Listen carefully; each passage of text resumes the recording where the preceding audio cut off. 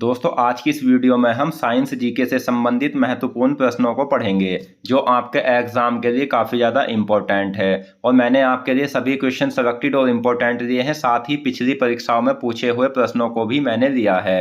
और दोस्तों अगर आपने पहले से ही इन क्वेश्चंस में से जितने भी क्वेश्चंस पढ़ रखे हैं वो हमें कमेंट बॉक्स में बताएं, आपको नए क्वेश्चन देखने को मिलेंगे और साथ ही आपका रिविजन हो जाएगा और नए स्टूडेंट का संपूर्ण बायोलॉजी से संबंधित जीके की जो मैं एक सीरीज आपको करा रहा हूं, सभी जीके के क्वेश्चन आपके कंप्लीट हो जाएंगे। तो चलिए शुरू करते हैं फर्स्ट क्वेश्चन से। तो आज का जो हमारा फर्स्ट क्वेश्चन है वो है ग्वाइटर बीमारी किस अंग से संबंधित है। तो ग्वाइटर बीमारी जो संबंधित है दोस्तों वो संबंधित है ऑप्शन बी, गले से। ये बीमारी गले से संबंधित है जो आपको याद रखना है। अगला क्वेश्चन, कैंसर का अध्ययन क्या कहलाता है। तो कैंसर का जो अध्ययन कहलाता है वो कहलाता है ऑन्कोलॉजी। ऑन्कोलॉजी कैंसर का अध्ययन कहलाता है। अगला क्वेश्चन, कौन सर्वाधिक ऊर्जा प्रदान करता है। तो सर्वाधिक ऊर्जा जो प्रदान की जाती है वो कार्बोहाइड्रेट के द्वारा प्रदान की जाती है, ऑप्शन सी। अगला क्वेश्चन, शरीर के किस अंग की खराबी से मधुमेह रोग का प्रकोप हो जाता है। तो दोस्तों शरीर के पैनक्रियाज अंग की खराबी से मधुमेह रोग हो जाता है, ऑप्शन बी। अगला क्वेश्चन है, रक्त कितने भागों में बटा होता है। तो रक्त जो बटा होता है वो दो भागों में बटा होता है, प्लाज्मा और रुधिराणु में। नेक्स्ट, मानव शरीर में रक्त किन किन भागों में बटा होता है। तो ये होता है ऑप्शन सी, दोनों, प्लाज्मा और रुधिराणु। अगला क्वेश्चन है, रक्त में पाए जाने वाला प्लाज्मा रक्त का कितने प्रतिशत होता है। तो रक्त में जो प्लाज्मा पाया जाता है वो मानव शरीर में 55 से 60% पाया जाता है, ऑप्शन ए। अगला क्वेश्चन, रक्त में पाया जाने वाला रुधिराणु रक्त का कितने प्रतिशत होता है। तो रुधिराणु मानव शरीर में 40 से 55% तक पाए जाते हैं। नेक्स्ट है, रक्त में पाए जाने वाले रुधिराणु जिन्हें रक्त कणिका भी कहा जाता है कितने भागों में बटे होते हैं। तो ये बटे होते हैं 3 भागों में, जो लाल रक्त कणिका है आरबीसी, श्वेत रक्त कणिका डब्ल्यूबीसी और प्लेटलेट्स। अगला क्वेश्चन है, निम्नलिखित में से पेशियों को अस्थियों से कौन जोड़ता है। तो अस्थियों को अस्थियों से जोड़ता है लिगामेंट और पेशियों को अस्थियों से जोड़ता है कंडरा, ऑप्शन बी। अगला क्वेश्चन है, मानव शरीर में कार्बोहाइड्रेट का पुनः संग्रहण किस रूप में होता है। तो मानव शरीर में कार्बोहाइड्रेट का जो पुनः संग्रहण होता है वो ग्लाइकोजन के रूप में होता है, ऑप्शन ए। अगला क्वेश्चन, मीना माता रोग का कारण है। तो मीना माता रोग पारे के कारण होता है, ऑप्शन ए। अगला क्वेश्चन है, प्लेटलेट्स का अन्य नाम क्या है। तो प्लेटलेट्स का जो अन्य नाम है होम्योस्टेटिस है। दोस्तों अगर आपको वीडियो पसंद आ रही है तो प्लीज़ वीडियो को लाइक करें और साथ ही अगर आप हमारे चैनल पर नए हैं तो हमारे चैनल को सब्सक्राइब भी करें ताकि आने वाली सभी वीडियो की नोटिफिकेशन आप तक पहुंच सके।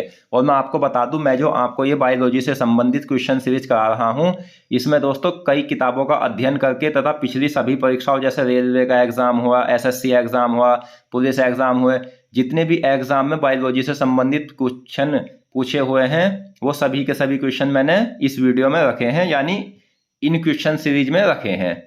तो आप सभी क्लासों को अटेंड कर लेना, इससे पहले भी हम कई क्लासों को पढ़ चुके हैं।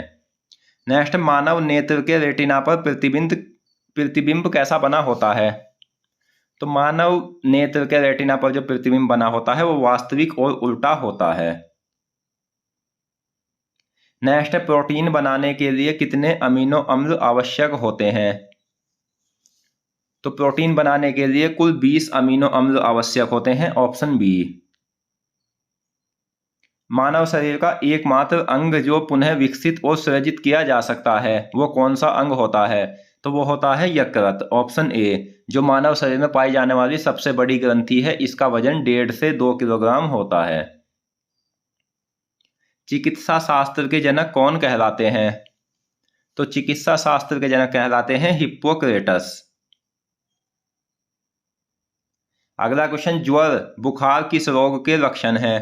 तो बुखार जो आता है दोस्तों वो आता है इनमें से मलेरिया रोग में।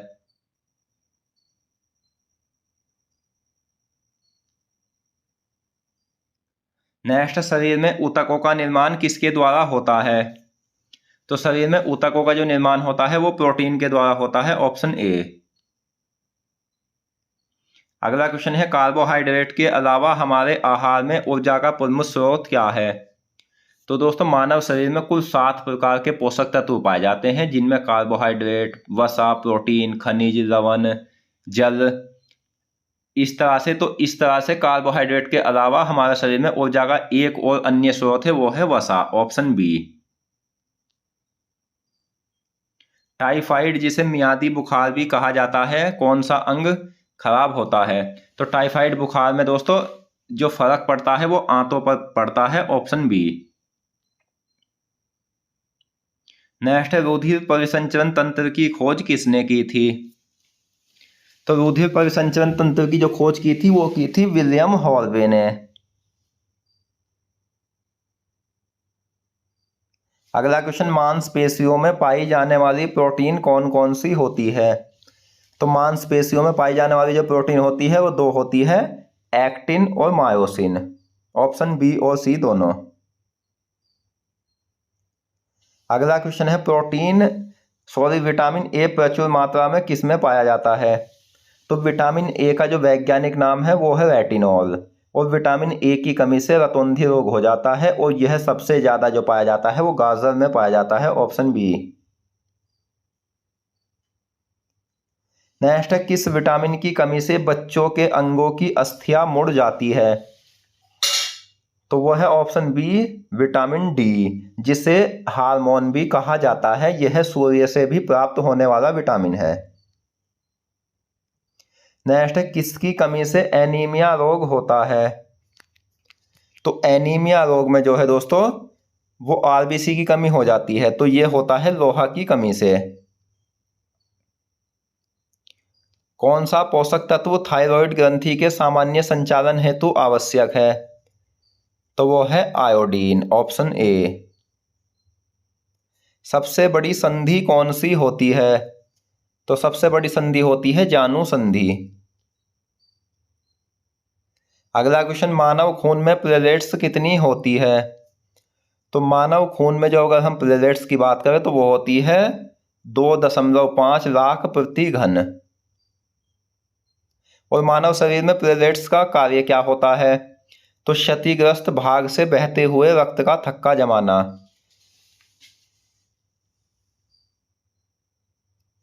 अगला क्वेश्चन, सपाट अस्थियां कहाँ पाई जाती है?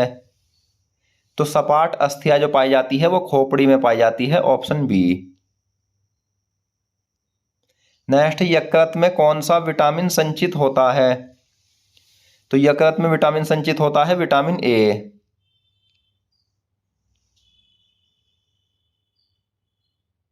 अगला क्वेश्चन, किसकी उपस्थिति के कारण दूध में मिठास आ जाती है? तो दोस्तों, दूध का जो सफेद रंग होता है वो कैसीन नामक प्रोटीन के कारण होता है। दूध को पचाने वाला एंजाइम वो रेनिन एंजाइम होता है। और दूध में मिठास किसकी वजह से आती है? तो वो आती है लैक्टोज की वजह से। ब्लड कैंसर को आमतौर पर किस नाम से जाना जाता है? तो ब्लड कैंसर को आमतौर से ल्यूकेमिया के नाम से जाना जाता है, ऑप्शन डी। किस रक्त समूह को सर्वदाता कहा जाता है? तो रक्त समूह की जो खोज की थी वो कार्ल लैंडस्टेनर ने की थी 1900 ईस्वी में, और इन्होंने 4 रक्त समूह की खोज की थी, ए बी और ओ। तो इनमें सर्वदाता कहा जाता है रक्त समूह ओ को। नेक्स्ट, नेत्र में प्रवेश करने वाले प्रकाश की मात्रा को किसके द्वारा नियंत्रित किया जाता है? तो ये किया जाता है दोस्तों पुतली के द्वारा। आंख के रंग के लिए कौन जिम्मेदार होता है? तो आंख के रंग के लिए जिम्मेदार भी पुतली होती है, ऑप्शन बी। कौन सा खनिज हड्डियों के लिए आवश्यक होता है?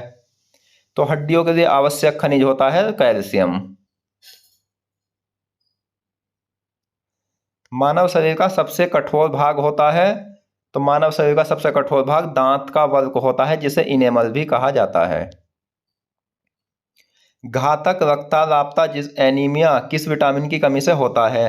तो ये होता है विटामिन B12 की कमी से। छिली हुई सब्जियों को धोने से कौन सा विटामिन निकल जाता है?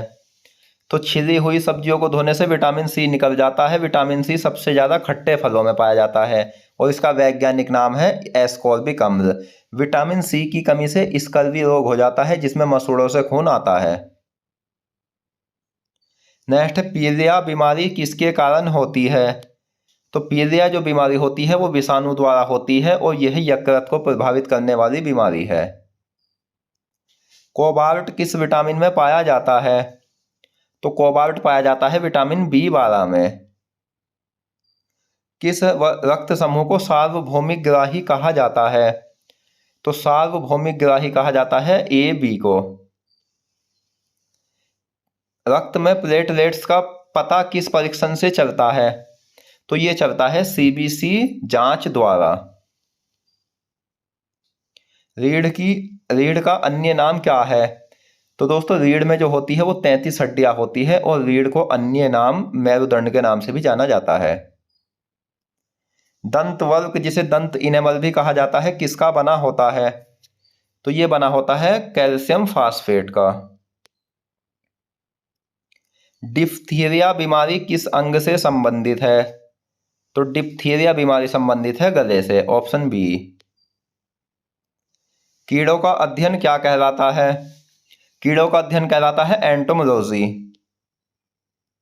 नेक्स्ट, मानव शरीर की सबसे बड़ी धमनी कौन सी होती है? तो मानव शरीर की सबसे बड़ी धमनी होती है महाधमनी।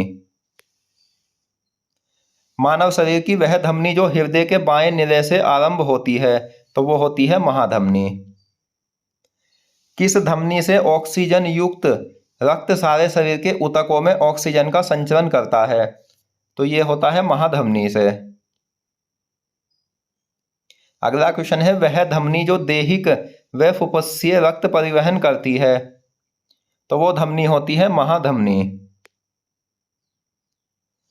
नेक्स्ट है, वह धमनी जो दैहिक कोशिकाओं और शिरा तंत्रों से होती हुई दाहिने अलंद में वापस जाती है तो वह भी महाधमनी है। वयस्क मानव में कुल कितनी मांसपेशियां होती है? तो वयस्क मानव में कुल 639 मांसपेशियां होती है, ऑप्शन बी।